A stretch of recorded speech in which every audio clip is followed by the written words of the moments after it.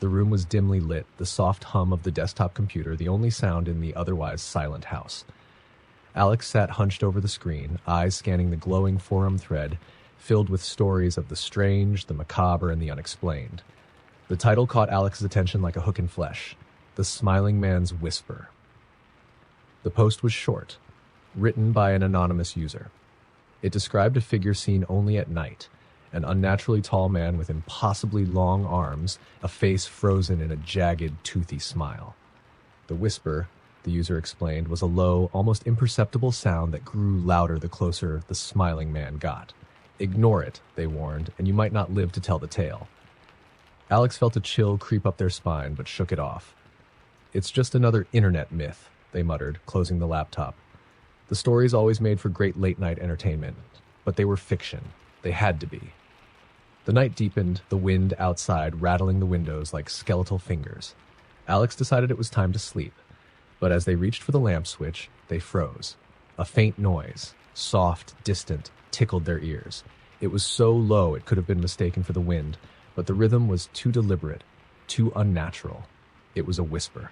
Brushing off the eerie coincidence, Alex turned out the light and crawled into bed. They stared at the ceiling, listening as the whisper persisted. It grew louder. Not louder, exactly, but closer. Alex's breath hitched as the sound transformed into distinct syllables, words spoken in a voice that was simultaneously human and not. Alex, I see you. A cold sweat broke out on their skin. They sat up abruptly, fumbling for their phone. The screen glowed reassuringly in the darkness.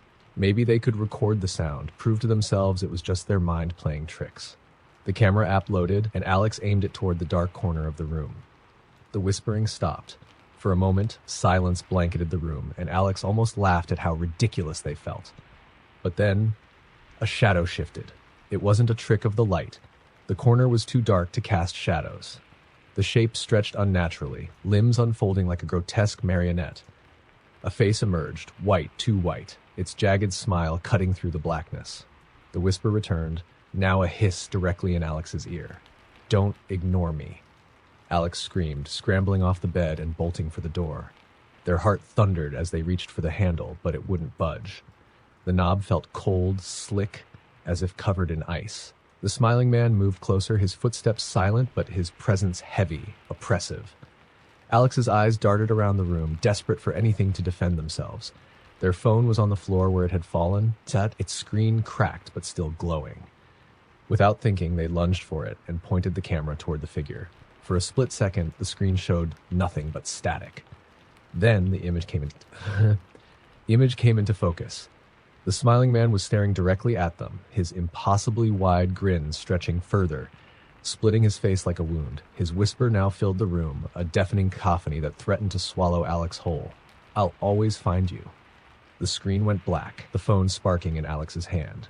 They screamed again, dropping it as the smell of burning plastic filled the air. The smiling man reached out, his elongated fingers brushing against Alex's arm. The cold was unbearable, searing into their skin like frostbite. Darkness swallowed everything. When Alex woke, the room was quiet. The sun streamed through the curtains, casting warm light over the disheveled bed and the phone lying lifeless on the floor. For a brief moment, they thought it might have been a dream, a vivid, horrifying nightmare. But the red, blistered mark on their arm told a different story. Alex moved out of the house the same day. They deleted their account on the forum, abandoned their online profiles, and tried to start fresh somewhere new. For a while, it worked. The whispers stopped, the nightmares faded. Until one night, months later, when Alex sat alone in their new apartment. The room was quiet, the hum of their new computer the only sound. They had resisted the urge to return to the forums, but boredom and curiosity got the better of them. They opened the browser and searched for the smiling man. The thread was gone, erased as if it had never existed. A chill prickled the back of Alex's neck. And then, softly at first, but growing closer, came the whisper. Alex, I'm here. Story number 2. The subway was empty, save for one man sitting at the far end of the car. Lauren glanced at him as she stepped inside. He was hunched over, his face obscured by the brim of a tattered hat. She hesitated before taking a seat closer to the middle. The train doors slid shut with a metallic groan, and the car lurched forward. It was late, past midnight. The kind of hour when the subway turned from a bustling artery of the city to a silent, labyrinthine underworld. The flickering fluorescent lights above cast eerie, stuttering shadows that danced on the scratched metal walls.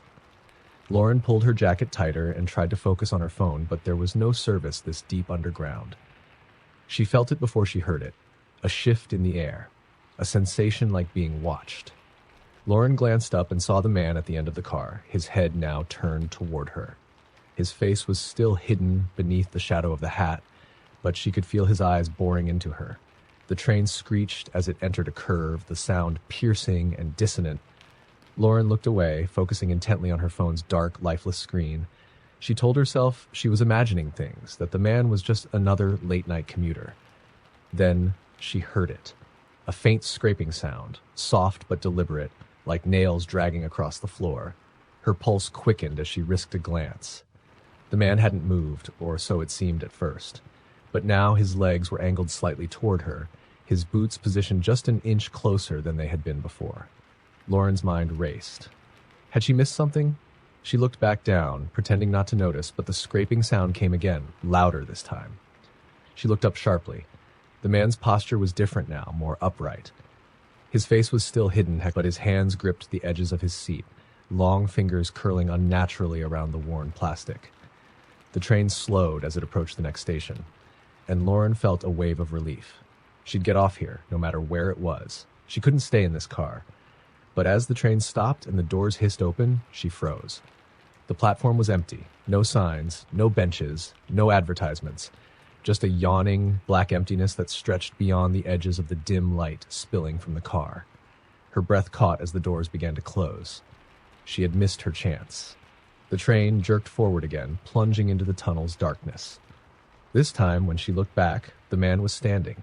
He was impossibly tall, his head nearly grazing the ceiling, his hat tilted slightly as if acknowledging her. The lights flickered again, and for the briefest moment, she saw his face. There were no eyes, just hollow, gaping sockets. His mouth was a jagged, lipless grin, stretched unnaturally wide to reveal rows of broken yellow teeth. His skin was ashen, papery, clinging to his skull like a too small mask. Lauren's scream caught in her throat as the lights flickered again, and he was gone. She shot to her feet, backing toward the opposite end of the car. Her heart pounded as she scanned the empty seats. The train rattled and screeched, the sound now deafening, like laughter echoing through the tunnels. She turned, desperate to find the emergency stop lever, but the walls were bare. A soft chuckle echoed behind her. She spun around. He was there, inches away, his face now fully visible. The sockets where his eyes should have been oozed a thick black substance that dripped onto his shirt. His grin widened, impossibly so, splitting his face in two. "You shouldn't have stayed," he whispered, his voice a rasp that cut through the din. The lights went out entirely. When the train arrived at the next station, it was empty. Security footage later showed Lauren stepping onto the train but never leaving it. The car itself was clean, save for a single, inexplicable stain on the floor, a dark, viscous smear that no one could identify. The locals now warn about the last train home. They say it only appears after midnight, stopping at stations that don't exist. And if you hear the scraping, don't look up. Story number 3. It started on a Monday. A single, distinct knock echoed through the house just as Megan was brushing her teeth. She froze mid-motion, toothpaste foaming in her mouth. It was faint, like someone rapping softly against wood. She listened, holding her breath, but there was nothing else. She shook her head, laughed nervously, and went back to brushing. The next night, the knocking returned. This time, it came from the front door. 3 sharp, deliberate knocks. Megan padded down the hall, her bare feet silent against the hardwood floor. Peering through the peephole, she saw nothing. Just the dark, empty street illuminated by the pale glow of the street lamp. She opened the door a crack, her hand trembling slightly. The cold night air seeped in, but no one was there. "Kids playing pranks," she muttered, locking the door firmly before retreating to her bedroom. But deep down, she wasn't convinced. By Wednesday, the knocks came at random intervals, always just when she was about to relax, always from a different part of the house. The kitchen window, the back door, even the bathroom mirror. Each knock was precise, deliberate, as if whoever or whatever was doing it wanted to get her attention. Megan called her friend Sarah that night, desperate for reassurance. Probably just the pipes or the house settling. Sarah offered over the phone. Old houses make weird noises. But Megan's house wasn't old. It was new, built just last year. She didn't say this to Sarah, not wanting to sound paranoid. Instead, she locked every door and window and left the lights on as she tried to sleep. At 3 a.m., the knocking woke her again. This time, it was coming from inside her bedroom closet. Megan bolted upright, her heart pounding like a drum. She stared at the closet door, its smooth, white surface now ominous in the dim glow of her bedside lamp. The knock came again, 3 slow, deliberate taps. "Who's there?" she called, her voice shaky. Silence. Her rational mind screamed at her to stay in bed, to ignore it, but curiosity, or maybe desperation, took hold. She grabbed her phone and crept toward the closet, holding her breath. The knocking didn't come again, but as she reached for the handle, she hesitated. "Megan." Her name was whispered, low and gravelly, from inside the closet. She stumbled back, her phone slipping from her hand and clattering to the floor. Panic surged through her as she grabbed the nearest object, a lamp, and flung the closet door open. The space was empty. Clothes hung neatly on their hangers, shoes lined up on the floor. Nothing was out of place, and there was nowhere for anyone or anything to hide. But as Megan stared into the closet, a wave of cold air hit her, accompanied by the faint scent of decay. She gagged, covering her nose, and slammed the door shut. Grabbing her phone, she dialed Sarah again, her fingers trembling. "You need to come over," Megan whispered urgently, tears stinging her eyes. "Something's in my house." Sarah arrived 20 minutes later, her face a mix of concern and disbelief. Together, they searched every inch of the house, but there was no sign of an intruder. No broken locks, no open windows, nothing. "See? You're just stressed," Sarah said, though her voice lacked conviction. Megan didn't argue. She let Sarah stay the night, hoping the presence of another person would keep these strange occurrences at bay. And for a while, it seemed to work. The house was silent, until 4 a.m. Both women woke simultaneously to the sound of knocking, but this time it came from the ceiling. They stared at each other, fear etched on their faces. Slowly, the knocks moved, traveling across the ceiling toward the corner of the room.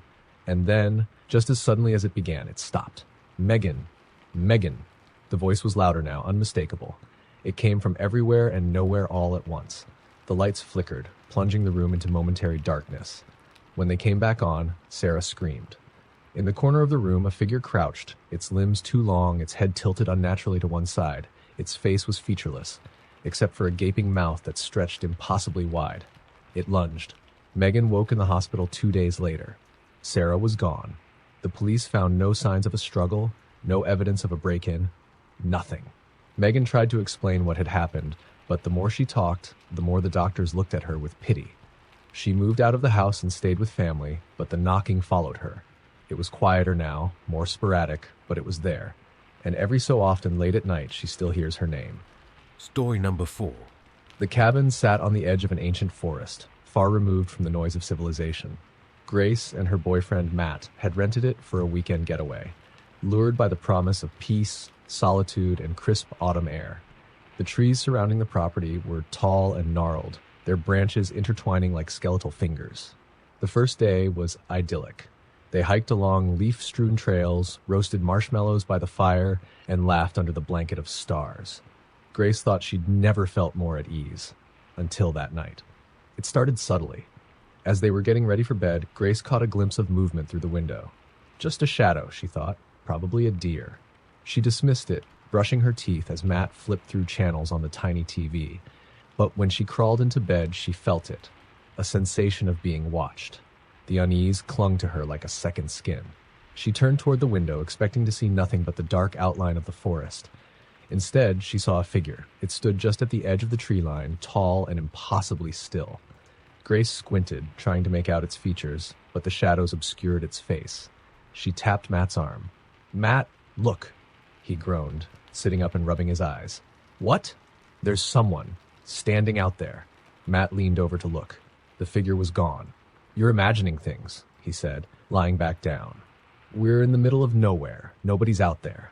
Grace wasn't so sure, but she didn't argue. She pulled the blanket up to her chin and tried to sleep. The next morning, Grace felt silly about her fear. The sunlight bathed the forest in warmth, and the shadows of the night seemed far away. She convinced herself it had been a trick of her tired mind, until they found the footprints. Matt was the first to spot them near the edge of the trees. Large, bare footprints, too big to belong to any normal person, and too human to belong to an animal. They started at the forest's edge and led directly to the cabin. "They stop here," Matt said, crouching to examine them. "Right under the window." Grace's blood ran cold. It was the same window she'd looked out of the night before. Matt tried to laugh it off, calling it a prank by some local kids. But Grace couldn't shake the feeling of unease, and the day passed in a tense blur. By evening, the wind had picked up, howling through the trees, and the cabin felt smaller, more claustrophobic. That night, the knocking began. It started around midnight, a single knock at the front door, followed by a long silence. Grace and Matt froze, exchanging wide-eyed glances. "Probably just the wind," Matt whispered, though his voice wavered. Another knock, louder this time. Matt grabbed the fireplace poker and crept to the door, peering through the peephole. "There's no one out there," he said, his voice tense. "Don't open it," Grace begged. "I'm not." Before he could finish, a third knock echoed through the cabin, this one coming from the back door. They turned toward it, their breaths caught in their throats. Slowly, the knocking moved, circling the cabin, the front door, the windows, the walls, and then silence. Matt tightened his grip on the poker. "Stay here," he whispered, moving toward the back door. "No, don't." But he was already gone. Grace waited, every second stretching into an eternity. She heard him call out into the night, his voice trembling. Then, nothing. "Matt?" she called, her voice barely above a whisper. Still nothing. Gathering her courage, Grace grabbed the flashlight and moved cautiously toward the back door. It was ajar, swinging gently in the wind. "Matt?" she called again, stepping outside. The flashlight's beam cut through the darkness, illuminating the empty yard. The trees loomed around her like silent sentinels. She took a step forward, and her foot landed on something soft. She looked down. It was Matt's flashlight, covered in blood. Her breath hitched as she turned toward the forest. And then she saw them. Eyes. Dozens of glowing, pale eyes staring at her from between the trees. They blinked in unison, their movements unnaturally synchronized. Grace stumbled back, dropping her flashlight as the eyes grew closer, accompanied by the sound of footsteps, heavy, deliberate, and inhuman. She ran. The forest closed in around her, branches clawing at her clothes and face. She didn't dare look back, but she could hear them, their breathing, their whispers, the laughter, low, guttural, and filled with malice. The next morning, the local authorities found the cabin empty. No sign of Grace or Matt, though the walls were marked with deep scratches and symbols carved into the wood. Hikers sometimes claim they hear whispers near the cabin's ruins, accompanied by the faint glow of pale eyes watching from the trees. But no one stays long enough to find out who or what those eyes belong to. Story number 5. Erin worked the late shift at a small office downtown, often staying long past the time when the rest of the staff had gone home. She didn't mind the quiet. It gave her time to catch up on work without distractions. That's why, when she first heard the voice on the recording, she didn't think much of it. The office had been trying out new voice recorders for meetings, and Erin was tasked with transcribing some of the test files. Most of them were mundane, staff discussing project deadlines, brainstorming sessions, the hum of office banter. She'd made it through several recordings when she came across one labeled Audio 1112 Score Test. Erin clicked play, expecting more of the same. The recording started with a familiar voice, Greg from IT, testing the device. "Testing, 1, 2, 3. This is Greg. Can everyone hear me?" A few muffled affirmations followed, and then silence. Erin fast-forwarded, assuming the file was incomplete. But as she skimmed through, she noticed something odd. The audio didn't end. It continued for several minutes, though there were no voices or sounds from the room. She frowned and rewound a few seconds, turning up the volume. For a moment, there was nothing but static, and then, faintly, she heard it. A whisper. Erin. Her name, spoken so softly it could have been mistaken for the hiss of the static. Her hand froze on the mouse. She replayed the segment, leaning closer to the speakers. This time it was louder. "Erin, help me." Her heart began to race. The office was empty, the lights humming faintly in the stillness. She glanced over her shoulder, half expecting to see someone standing there. But the room was as it had been moments before, empty, except for her and the endless rows of cubicles. It had to be a prank, she thought. Someone messing with the recorder before turning it in. She decided to brush it off and keep working. But curiosity gnawed at her, and she clicked ahead in the file. The whispering continued, growing more distinct. "Don't leave me." The voice sounded pained, desperate. Erin's skin prickled as she realized it wasn't Greg's voice or anyone she recognized from the office. It was deeper, raspier, and inhumanly hollow. And then it spoke again. "I'm in the dark." Erin's hand trembled as she paused the recording. She stared at the screen, her mind racing. It wasn't possible. The recording was taken during a meeting in a brightly lit conference room. No one could have said those words without being heard. A sudden thump broke her thoughts. It came from the far end of the office, near the storage room. Erin jumped, her chair scraping against the floor. She stared into the dimly lit hallway, her heart pounding. "Hello?" she called out, her voice wavering. No response. Her phone buzzed on the desk, startling her. She grabbed it, hoping it was a distraction. A text from an unknown number appeared on the screen. "Play it again." Erin's blood turned to ice. She looked around, panic setting in. Someone was in the building. She grabbed her bag, ready to leave, but a nagging thought stopped her. She had to know. Against her better judgment, she pressed play once more. The whispering resumed, louder now, as if the voice was in the room with her. "Erin, don't turn around." Her breath hitched. She sat frozen, the weight of the words sinking in. Slowly, against every instinct, she turned her head. The lights above flickered, casting the office into shadow. At the far end of the room, just beyond the cubicles, something moved. A figure, tall, impossibly thin, with limbs that seemed to stretch unnaturally, stepped into view. Its head tilted, its face obscured by the flickering light. The voice from the recorder spoke again, but this time it wasn't coming from the speakers. It was coming from the figure. "I see you." Erin bolted, knocking over her chair as she sprinted for the exit. The sound of her footsteps echoed through the empty office, but behind her she could hear it following. The shuffle of feet, the scrape of something dragging along the floor. She burst into the stairwell, slamming the door behind her. The sound stopped. For a moment there was only silence, and then her phone buzzed again. "You can't run." Erin didn't look back. She fled into the night, the recording still playing in her mind. The next day, when the rest of the staff arrived, Erin's workstation was exactly as she had left it. The recorder sat neatly next to her computer, the file paused on the final timestamp. No one ever heard from Erin again. But sometimes late at night, when the office is quiet, employees swear they hear whispers, soft, pleading, and growing louder. And the last thing they always hear is their name. Story number 6. When Lydia's grandmother passed away, the old house fell to her. A sprawling Victorian home with creaking floorboards and drafty windows, it had always unsettled her as a child. Now, standing in the foyer with her suitcase in hand, the house felt even more oppressive, as though it was alive and watching her. She spent the first few days sorting through her grandmother's belongings, marveling at the strange assortment of trinkets, faded photographs, and handwritten letters. But it wasn't until the fourth day that she ventured into the attic. The door to the attic was stiff, the wood warped with age. Lydia pushed it open, coughing as a plume of dust rose into the air. The room was cluttered with boxes and forgotten furniture, but her attention was drawn immediately to the large mirror propped against the far wall. The frame was ornate, carved with intricate patterns of vines and flowers. The glass itself was pristine, reflecting the dim light in an unnerving way. Lydia felt drawn to it, as though it were calling her. She reached out and brushed her fingers along the frame. A chill ran up her spine. She told herself it was just the drafty attic and brought the mirror downstairs, setting it up in the guest room.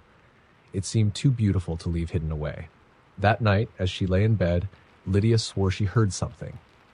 Soft footsteps padding across the floorboards. She sat up, straining to listen, but the house was silent. Still, she felt uneasy, her gaze drifting toward the open door of the guest room. The next morning, she noticed something strange. The mirror's reflection wasn't quite right. It wasn't obvious at first, just a subtle distortion, like the angles were slightly off. The shadows in the mirror seemed deeper, darker, as though they belonged to another room entirely. She told herself it was her imagination, a trick of the light. But as the days went on, the feeling of wrongness grew. Sometimes when she walked past the mirror, she thought she saw movement, something flickering in the corner of her eye. And then there were the faces. The first time she saw one, it was faint, barely discernible in the glass, a pale, ghostly visage staring back at her. She froze, her heart pounding, but when she blinked, it was gone. That night, the footsteps returned, louder this time. They creaked across the floor, stopping just outside her bedroom door. Lydia lay frozen under the covers, her breath shallow. The knob on the door rattled gently, as if someone or something was testing it. When morning came, she found scratches on the inside of her door. Desperate for answers, she researched the history of the house and the mirror. What she found chilled her to the bone. The mirror had been a gift to her grandmother decades ago, but it was far older than that. Stories surrounding it spoke of disappearances, strange occurrences, and the belief that the mirror acted as a gateway, though to what, no one knew. Lydia decided to get rid of it. That evening, she carried the mirror to the backyard, determined to destroy it. But as she swung the hammer, the reflection in the glass shifted. It wasn't her own face staring back, it was her grandmother's. "Don't," the reflection whispered. Lydia screamed, dropping the hammer. The mirror didn't shatter. Instead, the image of her grandmother smiled, a cold, unnatural smile that sent shivers down Lydia's spine. The next thing she knew, she was waking up in her bed, though she had no memory of coming back inside. The mirror was once again in the guest room, pristine and unbroken. Lydia tried to leave the house the next day, but her car wouldn't start. The landline was dead and her cell phone had no signal. She was trapped. That night, she heard whispers. Faint at first, but growing louder. They seemed to come from everywhere, filling the house with their haunting cadence. "Join us! Join us!"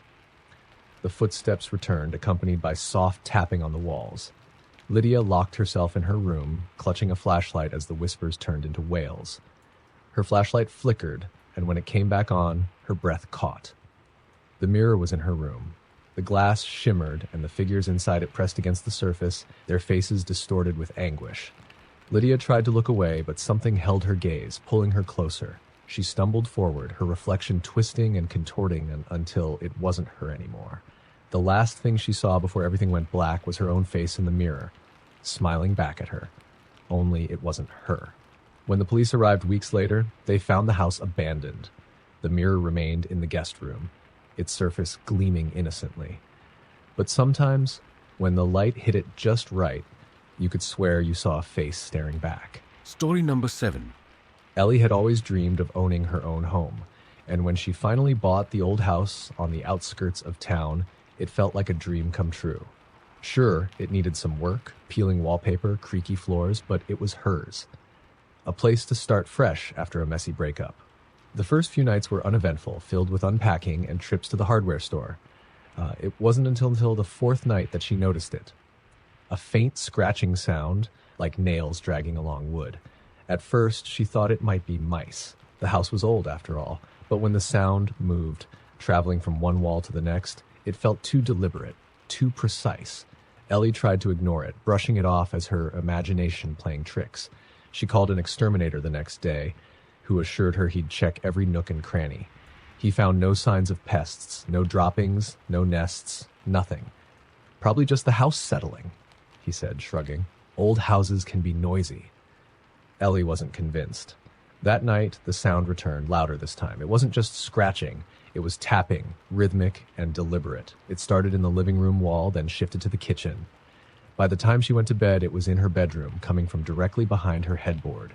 She lay awake, heart pounding, as the tapping grew more erratic. And then she heard it, a whisper, faint but unmistakable. "Ellie." She bolted upright, clutching her blanket. The whisper was soft, almost gentle, but it sent a chill racing down her spine. "Who's there?" she called out, her voice trembling. Silence. The next day, Ellie decided she'd had enough. She tore down the wallpaper in the living room, determined to find the source of the noise. As she peeled back the layers, she noticed something strange. Carved into the wood beneath the wallpaper were names, dozens of them, scratched in jagged, uneven handwriting. She ran her fingers over the names, a sense of unease washing over her. Some were faded, barely visible, while others looked fresh as though they'd been carved recently. And then, near the bottom, she saw her own name. Ellie stumbled back, her breath catching in her throat. She tried to convince herself it was a coincidence, but deep down she knew it wasn't. That night the sounds grew worse, scratching, tapping, whispering, all at once, as though the house itself was alive. Ellie huddled under her blankets, too scared to move. "Ellie," the whispers came again, louder now. She couldn't take it anymore.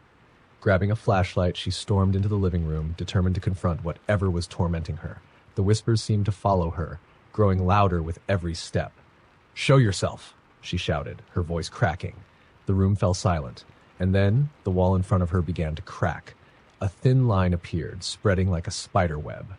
Something dark seeped through the cracks, thick, black, and oozing. The whispers turned into screams echoing around her. Ellie backed away as the wall began to buckle. A hand, pale, skeletal, and dripping with black ooze, reached out, followed by another. A face emerged next, hollow-eyed and gaunt, its mouth twisted into a grotesque grin. "You let us in," it hissed, its voice a chorus of many. "And now you'll stay," Ellie screamed, stumbling toward the door. She made it as far as the porch before collapsing, her vision blurring. When she woke, it was morning. The house was eerily quiet, the living room wall untouched, as though nothing had happened, but something felt different. The air was heavy, oppressive. Ellie didn't stay to find out what it was. She packed a bag and left that day, leaving the house and everything in it behind. Months later, a new family moved in. They didn't stay long. The house sits empty now, but those who pass by at night say they can hear tapping coming from inside, faint and rhythmic. And if you stand close enough, they say, you can hear the whispers. Story number 8. In a quiet village surrounded by misty woods, there was an old clock shop at the end of the main street. The shop belonged to Mr. Thorne, a reclusive clockmaker whose creations were renowned for their beauty and precision. His clocks filled the village with their chimes, ringing out every hour in perfect harmony. After Mr. Thorne's mysterious death, the shop was left abandoned, its windows covered in dust and its clocks frozen in time. No one dared to enter. Whispers spread about the strange noises people claimed to hear coming from within. When Lila, a struggling writer, moved to the village in search of inspiration, she was drawn to the eerie shop. Her curiosity got the better of her, and she decided to explore the place despite the villagers' warnings. The door creaked open with surprising ease, revealing a room filled with clocks of all shapes and sizes. Grandfather clocks, cuckoo clocks, pocket watches. All of them hung on the walls or stood in neat rows, their faces staring blankly. A faint smell of oil and wood polish lingered in the air. As Lila wandered deeper into the shop, she noticed one clock that stood apart from the rest. It was enormous, its intricate golden frame gleaming even under the layers of dust. Its pendulum, shaped like a human eye, was still swinging, though no other clock in the shop had moved in years. Something about the clock unsettled her, but she couldn't look away. Inscribed on its face were the words, "Time reveals all truths." Before she could think better of it, she reached out to touch the pendulum. The moment her fingers brushed the cool metal, the shop came alive. Every clock began ticking, their hands spinning wildly. The sound was deafening, a cacophony of chimes, clicks, and grinding gears. And then, as suddenly as it had started, the noise stopped. Lila stood frozen, her heart pounding. The shop was silent once more, except for one sound. Tick, tick, tick. It was coming from the giant clock. The pendulum swung slower now, each tick reverberating through her chest. "Who's there?" A voice rasped behind her. Lila spun around, but the shop was empty. "You shouldn't have touched it," the voice whispered again, this time from the shadows near the ceiling. Lila's eyes darted around the room. The clocks were moving again, but their hands were spinning backward, faster and faster. The light in the room dimmed, and the air grew colder. The whispering grew louder, coming from every direction. "Time is a circle. What you take must be returned." A sharp pain shot through her hand, and she looked down to see a gash across her palm, though she hadn't touched anything sharp. Blood dripped onto the floor, and where it landed, the wood warped and split, revealing gears and cogs beneath the surface. The shop was alive. Terrified, Lila ran for the door, but it wouldn't budge. The clocks loomed closer, their faces twisted into grotesque expressions. The pendulum of the golden clock began to glow, and the eye etched into its surface blinked. "You have stolen time," the voice thundered now, filling the room. "You must repay the debt." Lila felt herself being pulled backward, her feet sliding across the floor. She clawed at the walls, but the force was too strong. The last thing she saw was the golden clock's face, its hands pointing directly at her. The next day, the villagers noticed something strange. The clock shop, abandoned for years, was pristine once more, its windows cleaned and its door slightly ajar. The faint sound of ticking filled the street, though no one dared enter. And among the clocks, a new one had appeared, a small, ornate pocket watch with an engraving on the back, "Time reveals all truths." When you opened the watch, if you listened closely, you could hear Lila's faint, desperate screams. Story number 9. Mark and Jenna had been searching for an affordable rental for months when they stumbled upon the old Victorian house on Pine Street. It was enormous, far bigger than they needed, and eerily cheap. The landlord, an elderly man with a trembling voice, seemed eager to get rid of it. "There's just one rule," he said, handing over the keys. "Never open the door at the end of the second-floor hallway." Mark and Jenna exchanged uneasy glances, but they laughed it off on the drive home. The house was perfect, and they were sure the landlord's warning was just an attempt to add some spooky flair. The first week passed without incident. The house creaked and groaned like all old houses do, but nothing seemed out of the ordinary.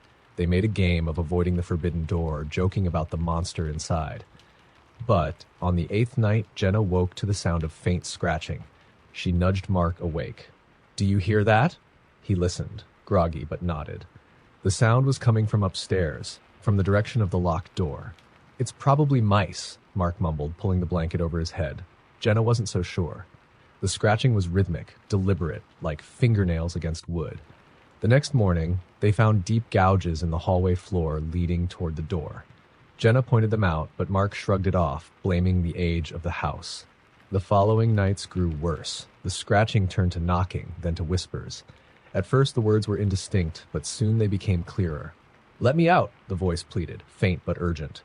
Jenna couldn't sleep, her nerves fraying as the nights passed. Mark tried to calm her, but even he couldn't ignore the sound of footsteps pacing behind the door. On the 12th night, the whispers turned into screams. Jenna snapped. "We have to see what's in there, Mark. We can't live like this." Mark hesitated, but finally agreed. Armed with a flashlight and a crowbar, they approached the door. The air grew colder with every step, and the hallway lights flickered ominously. When they reached the door, they noticed something they hadn't before. The wood was splintered, as though something had been clawing at it from the inside. Mark pried the lock open, and the door creaked wide. The room was empty. No furniture, no windows, just 4 walls covered in deep scratches. The air was damp and heavy, and the smell of decay lingered. And yet the scratching continued. Jenna shone the flashlight around, her heart racing. The beam landed on a figure crouched in the corner, a pale, emaciated woman with tangled hair and hollow eyes. Her head jerked up, and her cracked lips spread into a grin far too wide for her face. "Thank you," she rasped.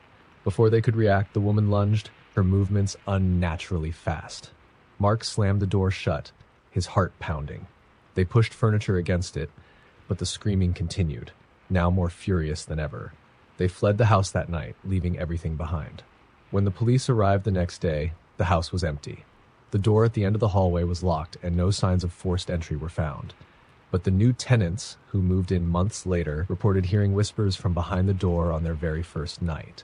And the landlord? He just handed them the keys with a trembling smile and the same warning: never open the door at the end of the second-floor hallway. Story number 10. Alice had always been drawn to the strange antique mirror she found in the dusty corner of the thrift store.